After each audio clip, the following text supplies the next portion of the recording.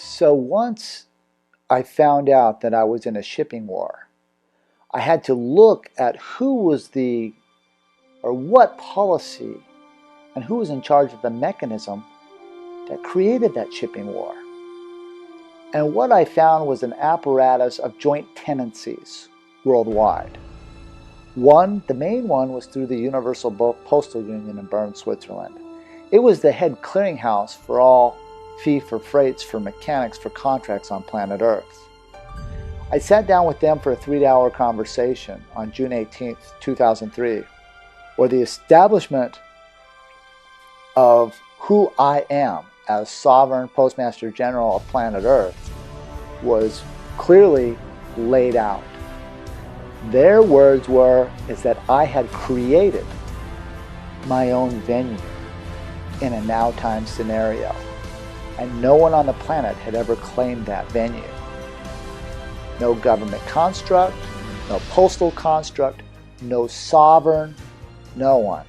And that I was the only one was solitary. And I got a letter when I went to the Vatican, got a letter from the Vatican saying that I was a solitary condition of the state, was the exact words that they used for my postmaster generalship to run all banks and militaries on planet Earth. Because on June, one of the strategic places that I had to go, which had joint tenancies on control of people, was the Vatican. When I went to the Vatican, it was for 3 days, from June 16th, 17th, and 18th. I left there the morning of the 18th of 2003. During that time frame, I had mailed myself around the world without a passport over to there to prove a point. One, to prove that I was Postmaster General Sovereign of planet Earth, and that I had tactical knowledge on how to move myself from point A to point B as a piece of cargo. During that conversations at the Vatican, they brought in about 40 cardinals to walk around St. Peter's Basilica and St. Peter's Square with me. And they asked me many, many questions. And so I spent 3 days fielding questions, answering questions, and walking through the mechanics of what I was witnessing on the hieroglyphics of what was going on there. They had symbols for sexual connotations. They had symbols for banking. They had symbols for directionals. They had symbols for the suspension of time. And so all these things were relevant in my discussions, which were classified with those cardinals. The Secretary of State's office went under contract with me. Now, David Winkle Miller was there with me, but he was only allowed to be a witness on the contract. He was not allowed in the room when I wrote the contract and booked myself in to be Sovereign Postmaster General and to run and be Commander-in-Chief of all militaries on the planet, because I had proved to them that I comprehended the mechanics as a global Commander-in-Chief of military movements. Just to even get to there, I had done some things. I don't, for purposes of this documentary, most of that is classified, so I can't get into that because I don't want to put that into the public sector and have other people trying it. That wouldn't be fair to the people that they would be giving directions to. So for that, we'll just keep that on the side. But they were satisfied with my capacity to articulate navigation of cargoes, being at militaries, being sequesters, or what they would call acquisitions, and to move things from point A to point B. At the end of that, they took me into the Secretary of the State's office at the Vatican, where I sat down for 3 hours and wrote up a contract. I autographed the contract, did a commercial book in with both hands, put all their stamps and certified seals on those contracts, autographed the stamps, autographed all their embossments and all their insignias and all this and that. And then the Secretary of the State came in. They called him Angelo Sedano. His real name was Michael. And David Winkle Miller, who also was a witness to that, and autographed the contract for me to run all the constructs of banking on planet Earth, and military movements and functions and consular posts and anything to do with shipping, because I had given enough closure that I had superior tactical command control knowledge, firsthand knowledge of what it took to be that person. And I am that guy. So basically the navigation of all treaties, codes, statutes, contracts on planet Earth, if they don't have my thumbprint and my autograph on the contract, they are not valid for movement. The other locations would be the main one, other than the Universal Postal Union, was the International Bureau of Weights and Measures, because that's the capacity for a country to register its language, grammar, to create sums and differences, communication, differences, solutions, settlements. Because I was the sovereign Postmaster General, Commander-in-Chief of the District of the Columbia, on January, for my filings and the federal government vacating in 2000, November of 2000. On January, I waited the 1 year, 1 day timeline, and under maritime salvage showed up on January 15th, 2002. The first function for me as Postmaster General was to go look at the surveillance of what condition the money was in. So my first task was to walk into the U.S. Treasury. As I walked into the U.S. Treasury, they were flying a flag out front that was not a flag anywhere on planet Earth. It was a flag, mumble-jumbled flag that meant nothing. So I walked in the doors and I gave them command to take down the flag and put up the correct Title IV 1 to 1.9 dimension flag. Of course, they put me under custody, and I put them under citizens' custody myself, and they took me up to the 4th floor of the U.S. Treasury, where they brought in the head of U.S. Secret Service and 4 Treasury agents. I explained to them and gave them closure that America was a verb on the money and it doesn't exist, in violation of Title 18, 1342, mail fraud, in violation of Title 18, Section 1001, fictitious grammar. They concurred with that.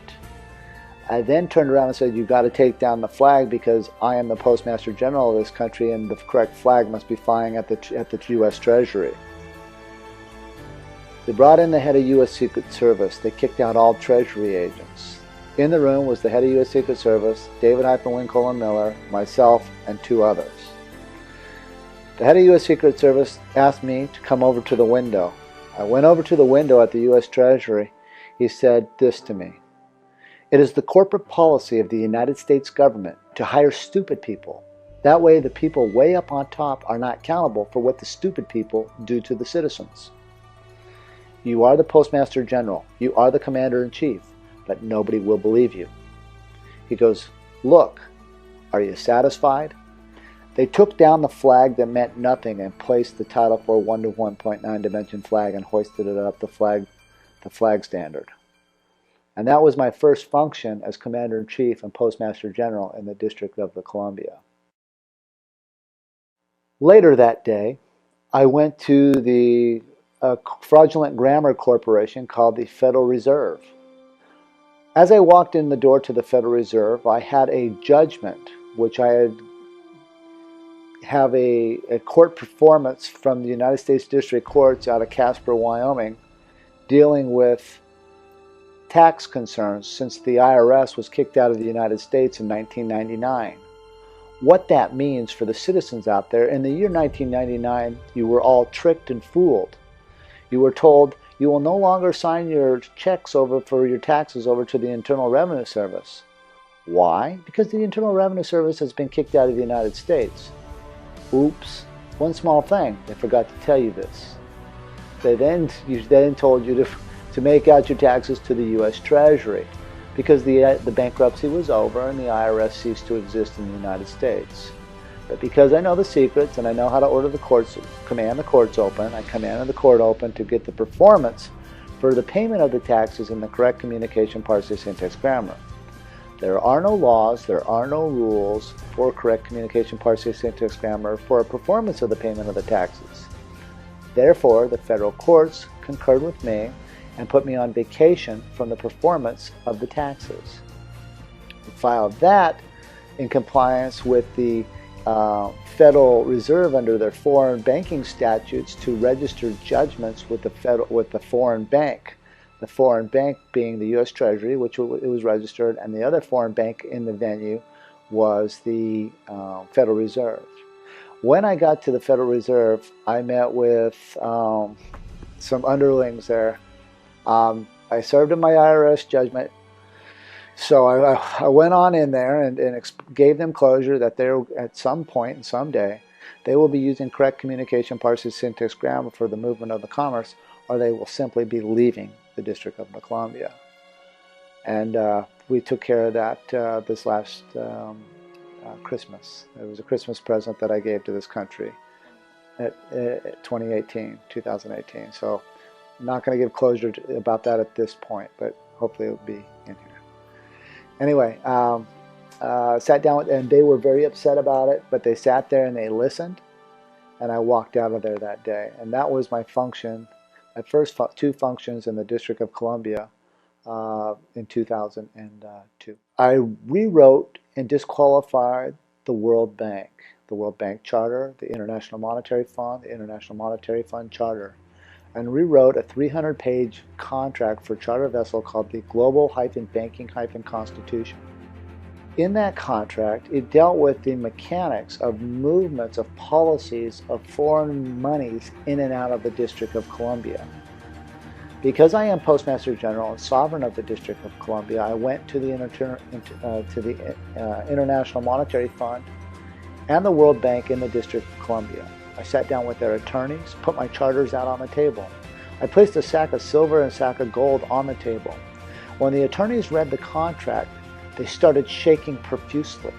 I then walked around the table, grabbed the gold, grabbed the silver, and said, "And now I'm paying myself to be this person, since all of you have birth certificates and have no authorization to be in this land."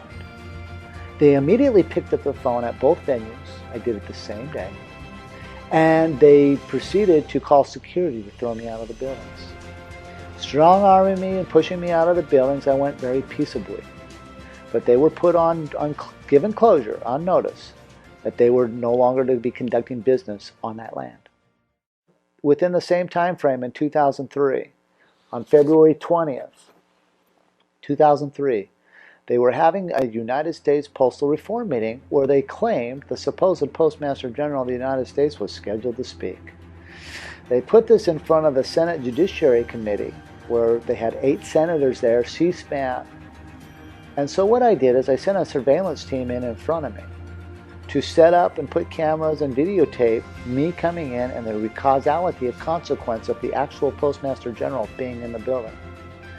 When I arrived in the building, I saw none of what I'm going to describe to you. I sat down in the second row. My surveillance team was behind me, and they told me a story of how the Postmaster General, supposedly, of the United States Post Office saw me and took off a running with U.S. Secret Service on the run, running out of the building, screaming and yelling, "I can't even be in the same building as me." My security team at that day jumped in the elevator with them.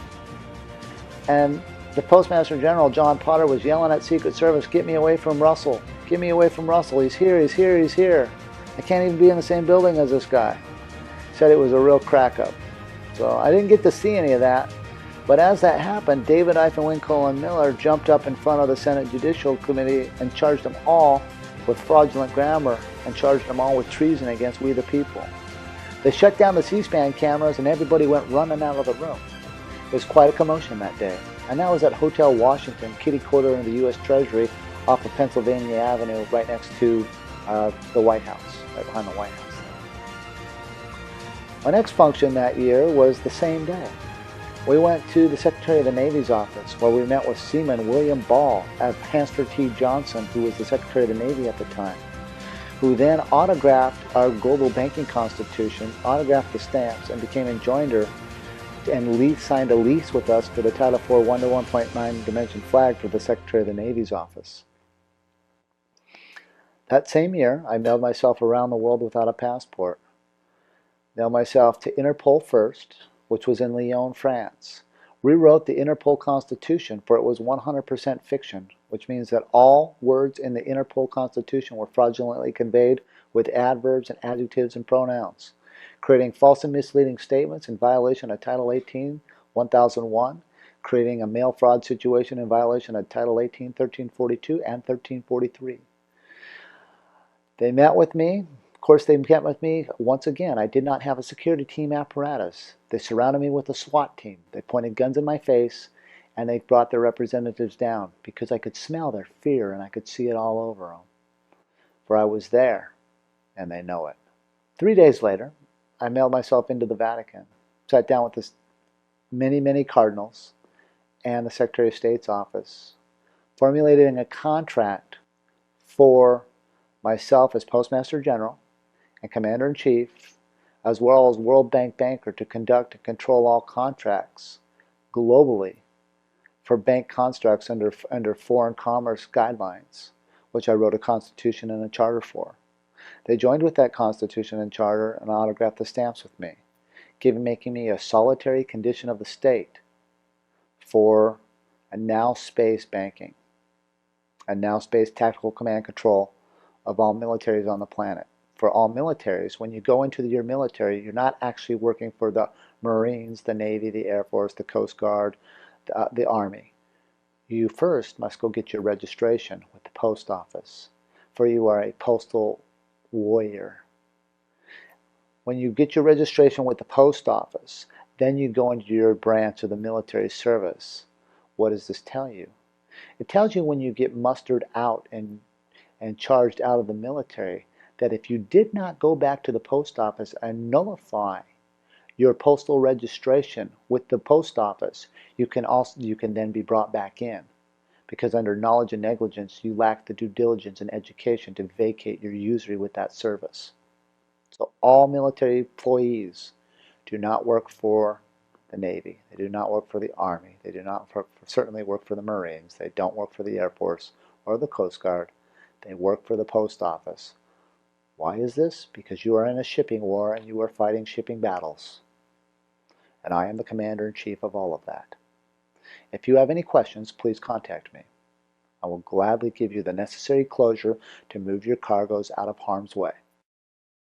Okay, in 1996 through 1999 to early 2000, I was working and corresponding and calling the Navy JAG office, dealing with the shipping lanes, because I was studying the shipping on planet Earth and the movement of Navy vessels and the mechanics behind that. And the Navy wanted to was asking me grammar questions simultaneously.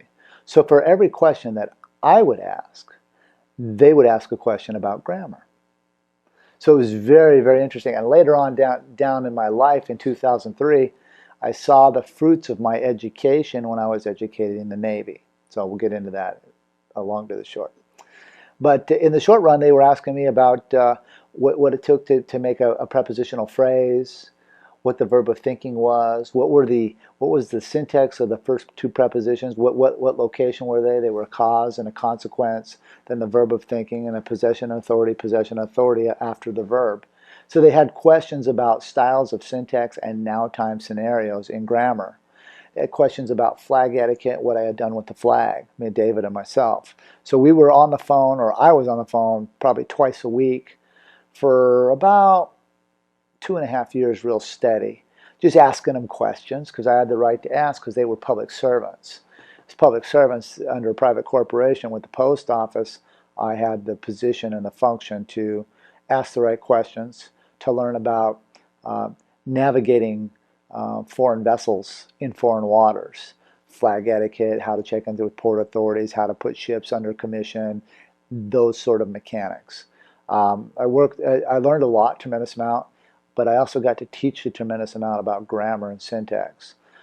During that time frame, when it was all said and done, when I had mailed myself around the world to the Vatican and to the Universal Postal Union, they actually had a Navy computer programmer meet me in Charles de Gaulle Airport when I cleared through customs, because I didn't have a passport, and he approached me with the phraseologies that I had taught in the Navy JAG 5 years before. And the phraseologies that he used was, they have a vessel in the foreign seas, and he's got a possession, or he's got a cause and effect, and a possession and assignment in his in his prepositional phrases in a sentence structure. And they asked me, what is he missing? I says, well, he's missing the verb of thinking, but the thinking will never change the condition of the act, for it is in fact a fact. And he says, very good, say you're him. And then we went off and had a conversation over a couple drinks for a couple hours about some classified stuff. So I saw that the more I taught, point being, the more I taught about grammar, the more I could see it mirror towards me under the attraction, because what you put out there reciprocates back in this world under manifestation. So I saw the hard work and the diligence with Commander Kaufman, and I seen it used in my benefit when I was in France. So, you know, it was an education. I learned about salvage and towing and service fees and docking fees and wharf fingers and all kinds of different maritime lingo, which made me a really fine judge. Oh yes, and when I saw the end of the third and final bankruptcy coming, and we got the flag registered in at the United Nations, and then we turned around and I filed for a position as Postmaster General and Postal-in-Inspector for the U.S. Postal Service in Washington, D.C. And I filed in solo by myself on those contracts with my number. And when they vacated the District of Columbia on the Florida Chads, the night of the Florida Chads, my contract was the only one because I had autographed the stamp, and they vacated their time and space. I was the only authorized federal sovereign in the District of Columbia. I was actually a national, global sovereign at that point because of the shipping lanes and tentacles that come out of Washington, D.C. under the shipping ley lines through London and through the Vatican. But that did give me the tactical command control of the District of the Columbia. And with that, everything else, all the vessels there and all the corporations there simultaneously must come into correct communication, parsing, syntax, grammar. What I saw coming was under international bankruptcy laws, the United States had filed a international bankruptcy in October or on November 2nd, 1929. They gave 3-day notice before that on October 29th, 1929, 3-day notice that they were going to shut down the banks, and that's when they were forced into filing another international bankruptcy on November 2nd, 1999, or 29, sorry, which was the stock market crash, just a rouge. The benefactors of the stock market crash were the banking families around the globe. Yeah, and so that kicked off the third and final international bankruptcy, and they tried to switch it, and I'm sure they're going to try to put themselves back into bankruptcy, but it doesn't change the conditions of the fact and the performance of myself maintaining the continuance of the evidence on my number and my slip for Postmaster General. And the third and final international bankruptcy come to an end on September 17th, 1999. Okay. So the United States government was filed an international bankruptcy on November 2nd, 1929. Under the 70-year moratorium for international bankruptcy, it was coming to an end. But the rules and the regulations for the bankruptcy were the Constitution of the United States, and the trustee of that was the president. So I knew the federal government somehow was going to have to vacate the presidency of the United States and create some kind of scenario to fool the citizens of this country into believing something that is and was not. And that was the Florida Chads. Stand by. CNN right now is moving our earlier declaration of Florida back to the too close to call column. 25 very big electoral votes in the home state of the governor's brother, Jeb Bush, are hanging in the balance. They had everybody out there looking at the computer, looking on your television, sideshowing it, punching these and counting these little notches in these voting slips. And that's because the post office was shut down.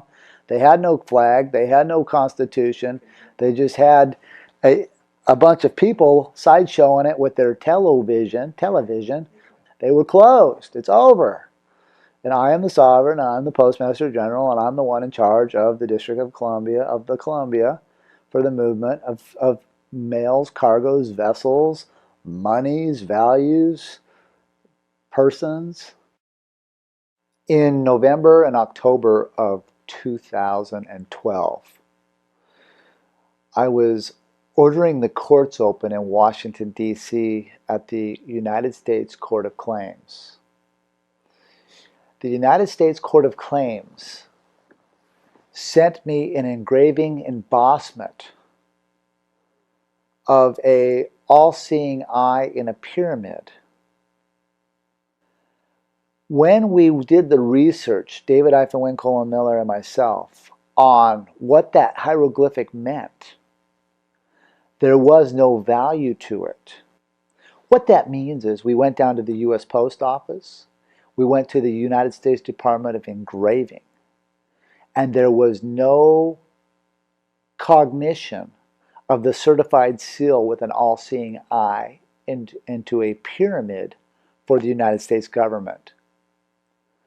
They sent us to the Philadelphia U.S. Mint at the U.S. Mint and Treasury for the Department for the U.S. government, for the United States Treasury. We went there and spent 3 hours with the Department of Engraving. At the Department of Engraving, they said, this symbolism is for an inside Illuminati cult.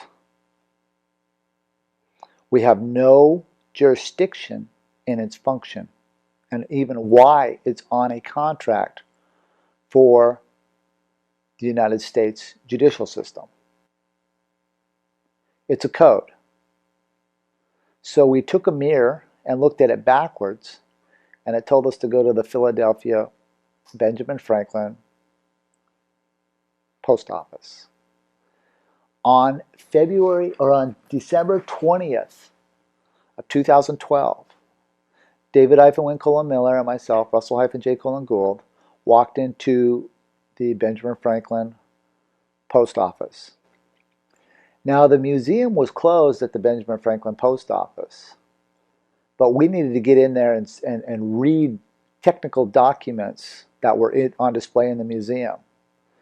So I gave the front desk my passport, told them I was Postmaster General. They ran it. I sat there for 30 minutes. At the end of 30 minutes, the lady said, "Can you come back in an hour and a half?" I said, "Sure." She says, "Yeah, the janitor has to open this up for you." I said, "Okay." So I came back in an hour and a half, and they opened up the Benjamin Franklin Postal Court Museum, or Postal Museum. And they opened up all the glass casing, and I was allowed to go into Benjamin Franklin's Postalineums, which is his private land survey books, because he was into the survey of the lands for the weights and measures for England and France simultaneously.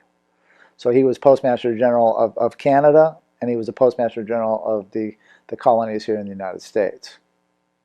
But before he was Postmaster General of the colonies in the United States, he was just a postmaster, surveying lands and setting up sea lanes, ships channels, so that people can engage in commerce for navigation of cargo from point A to point B, all the way down through the shipping from Canada through the northern down into Pennsylvania. And in the book, his personal book, he borrowed 1.6 million francs on July 1st, 1775. Now, nothing becomes law for 1 year, 1 day, and there's a thing in banking called 3-day rescission, 3-day notice. So 1 year, 1 day, 3-day rescission is July 4th, 1776, the day of the slaves. This is the day they teach, the public judicial system teaches the citizens of our country that this is the day you were free. It was actually the mirror and opposite is the day that you became in slavery. However, the principles and the functions of the contracts people went into joinder with, because they didn't comprehend exactly where their usury tenants were, and they didn't set up their own ship's channels, and they adopted Benjamin Franklin's and the Founding Fathers' characteristics of their commerce wars, of their shipping lanes. The citizens didn't know anything about that. How could they? They were busy just trying to survive, eat, build homes, come to a new land. and fraudulently capture Native Americans. That was all done under Ailing, and the reason why that is because the usury of Benjamin Franklin and the wars and the armies to capture the Native American people were all done under Ailing, which means that the government was already under usury, under bankruptcy. Bankrupt people can't contract. So why are bankrupt white men capturing free sovereign natives? This is fiction. This is wrong, and this is fraudulent. And the natives are sovereign here. And sadly, they have not been told or taught how to be sovereign. They have it in their spiritual, cultural faiths, but they don't comprehend how the Wasuchi, the white man, has sprung the trap on them. And that's sad. So on December 21st, 2012, David-Win Miller and myself, Russell-J. Gould, opened up the Benjamin Franklin Postal Court for the authorization of ships' channels through this land. And it's been up and running under 1 year, 1 day timeline on December 22nd, or actually 25th, 3 day rescission, 2013. It was a valid court for function here on this land. On December 21st, 2012, David-Win Miller and myself, Russell-J. Gould, authorized and opened up the Benjamin Franklin Postal Court. The Benjamin Franklin Postal Court is the venue that the Constitution sits in. It's the venue that the flag sits in.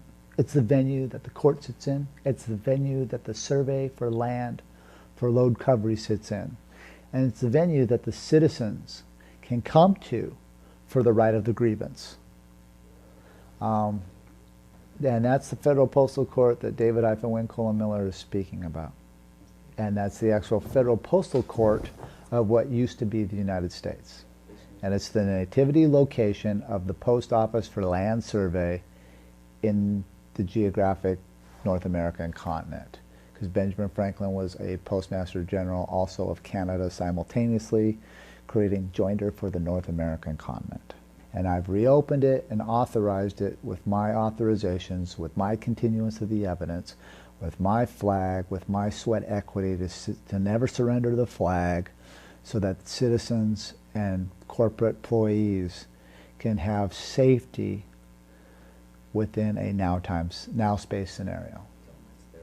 And that's their flag, that's their constitution, that's their postal system, that's their shipping lane for their ship's channels to come in joinder with, not Washington, D.C. I would like to now shift to the 3 city-states, the ones that have the ultimate power for control and the enslavement of planet Earth. I'd like to start out with London and some of the mechanical things that they have done. First, going back to the Spanish Armada War. What that war was about was the capture of who controlled the time and contract. Greenwich. When they won the war, they slid the calendar that everybody follows, the timing, to Greenwich under the atomic clock. They then created the International Maritime Organization. And now in the International Maritime Organization are the policies of functions dealing with the registration of foreign vessels. Now, foreign vessels are classified as contracts. They're classified also as ships. They're classified as anything that is not in nativity to that parent land. So it deals with covers all shipping routes. So all port authorities are on file with them. All harbor masters, all lighthouses, ultimately come down through the International Maritime Organization. This controls banking. The time in banking is linked over to the Vatican on their rituals. On all roads lead to Rome, dealing with their obelisk triangulations and the things that the manipulation of their symbolism in their secret societies, that they have created a monopoly to control the function of the contract so that they are in complete dominance against the people, until I came along, of course. But this is how they enslave mankind, and this is how they use the time of the past and the future and the Gregorian calendar to control their stock markets for payments, to make sure that the citizens don't have any now space. So with the quantum grammar system, we use now space stepping out of the time. So it's a very valuable thing because you can control your now space and not be caught up in their time. So it's very important, and the Vatican is a co-conspirator with that as they regulate and monitor the commerce, the contracts that are moving around the planet through their Gregorian system that they have set up, and through their symbolism on the flag standards, the buildings that you walk into, the hieroglyphics that sit in your local treasuries, in your local port authorities, Department of Transportation for the shipping, through the post office. Most of the hieroglyphics are on file through the Vatican, which they have done ceremonial functions to give the spirit, or the volition of that hieroglyphic to be a controlling factor subliminally in our lives. And so they've changed definitions, like the definition see, S-E-E.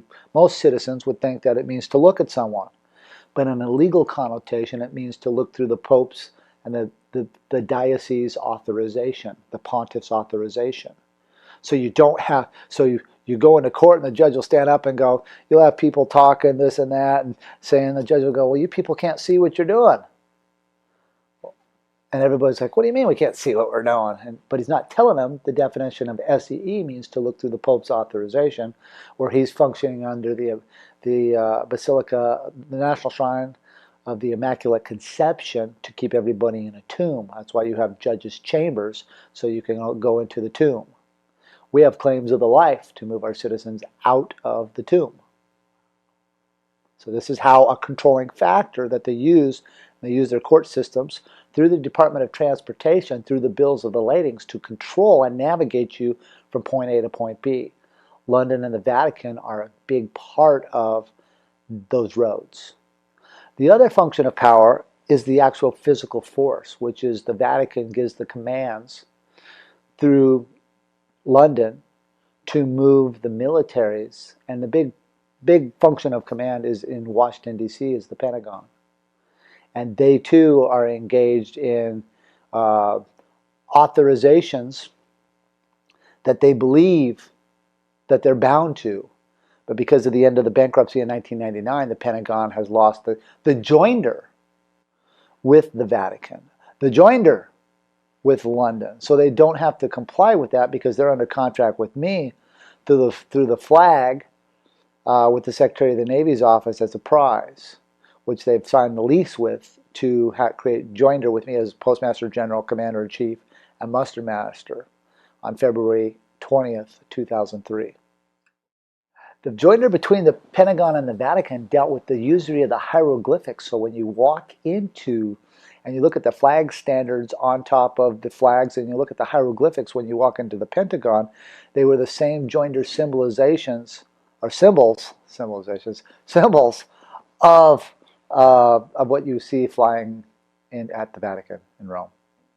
Okay, so when you look down at Rome, I am a keymaster at the Vatican. On June 16th, 2003, I became keymaster of the Vatican, and I also had in a tactical move on that, I had a key holder position. I had a female in there with me as well, so we were keymaster to key holder until she vacated and put me in open gate and closed gate scenario for keys, moving commerce and energy through the ley lines.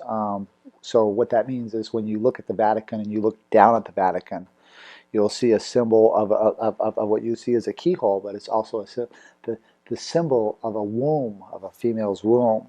You have the phalanx in the middle of that, which is the male sex organ for copulation. And so on specific dates, as this vessel Earth casts shadows between the sun and the moon, they do ceremonial things because it casts a direct line shadow through that phallus into the keyholes through the doors there at the Vatican, sort of similar to what you would see on the Raiders of the Lost Ark. And it goes right over the Pope's chair and splits two keyholes. Now the unique thing about the Vatican, as well as the U.S. Supreme Court, is the keyholes are on the inside to lock the people in. So when you go up to the doors, you can't see any keyholes. But when you go inside of it, they have it all locked in so that you can't get out of their illusion. So I've sat down with the cardinals, had a conversation on that. Also a very interesting thing on the compass rose and the different hieroglyphics that come into St. Peter's Basilica. They have their gargoyles with holding the sands of time in suspension of neutrality, because there is no time. At that point they do away with the time. So they capture the time, so they stay in control of it. So these are symbolisms that I've sat down with the Angelo Sedano and the cardinals over there, had deep discussions with about. This is why I am the keymaster of the Vatican. And I capture the calendar, and there is no capacity for them to use their commerce against the citizens of this planet. And so this is why I'm putting this documentary out here, to give the citizens closure that there's a system in play that they can use and that they can function within and have freedom and autonomousness with. Yeah, that's it. But that's how they capture time with the Gregorian calendar, is through their obelisk triangulations and what they're doing there on that function, the keyhole womb. So as you look down at the Vatican and you see the phalanx and the womb and the keyhole looking thing, you also see the same symbolism when you look straight down at the Pentagon, or the same esoteric symbolism when you look down at Greenwich for the timelines, because they're all in the same shipping lanes. So they're all under the same esoteric symbolism for shipping. So I went to those locations.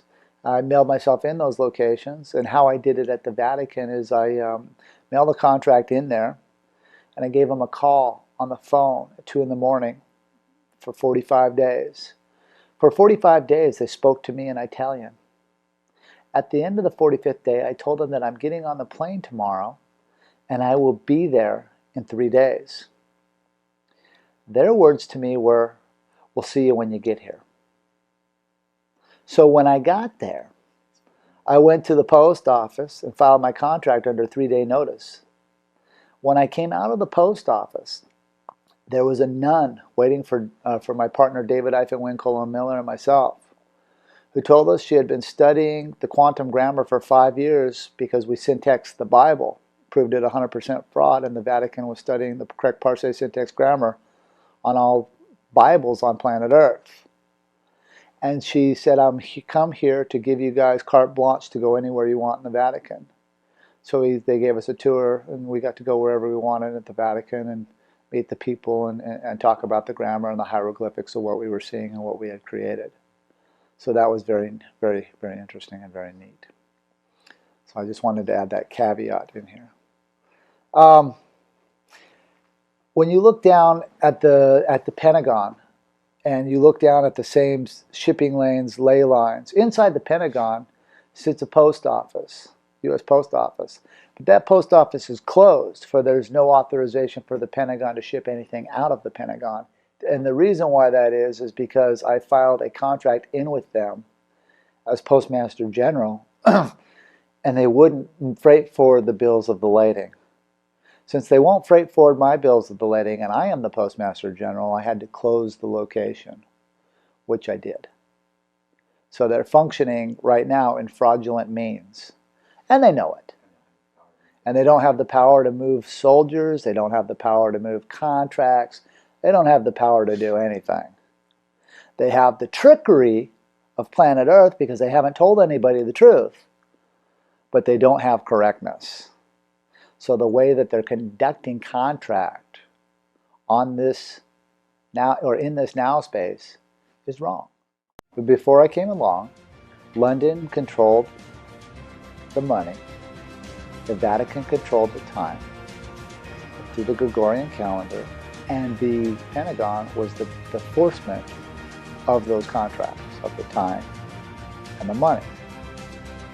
But since I disqualified London through fraudulent grammar, and since I disqualified the Vatican through keymaster, key holder mechanics, and since I am the Commander-in-Chief of the Pentagon, for I have the flag and I am the Postmaster General, all of those locations do not have authorization to harvest we the people of this planet, providing people of this planet have claims of the life and function in correct communication, parsing, syntax, grammar.